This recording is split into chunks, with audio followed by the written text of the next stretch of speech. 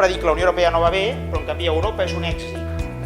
Hi ha una integració creixent, les llibertats, les 4 llibertats, la llibertat de circulació de persones, de mercaderies, de capitals, de serveis. Aquest és el gran èxit europeu. El que tot el món imita d'Europa és la lliure circulació. Hi ha una altra Europa que no funciona, que és la de la Unió Europea i que és la d'alguns estats, no tots, alguns estats que han necessitat rescats, com ja heu sabut, Grècia, Irlanda, Portugal, Espanya, Itàlia. Malauradament, l'Europa que no funciona, la Unió Europea que no funciona, és massa sovint als diaris. Una mala notícia sempre ven més que una bona notícia. La gran herència dels europeus en el segle XX és hem creat riquesa i hem creat potser el més eficaç sistema de distribuir-la. Aquesta és l'herència europea. Si dieu, què és el millor que han fet els europeus al segle XX? L'estat del benestar, en el sentit de voluntat de repartir una bona part de la riquesa creada.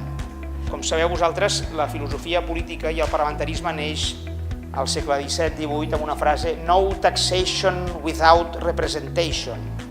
És a dir, no em posis un impost si no hi ha un Parlament que pugui defensar d'una mala aplicació d'aquest impost. Doncs els britànics del Brexit deien "No representation without taxation". Clar, quan t'ho diuen així, part de raó tenen, és així.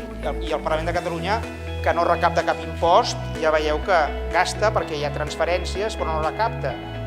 I si hi ha un gran consens a Catalunya és que el sistema autonòmic de Catalunya no funciona. Les solucions són molt diverses, federal, confederal, independència, però que hi ha una diagnosi compartida, un gran consens català és que el sistema actual no funciona. Això tenim experiència els catalans de què passa en un Parlament quan es gasta i no es recapta.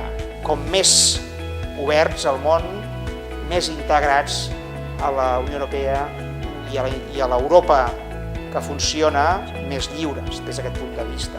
Fa 25 anys eren molt més tancats, teníem menys comerç amb l'exterior, teníem menys inversions a l'exterior i una situació com la que es va viure fa un any hauria sigut molt més dura per nosaltres.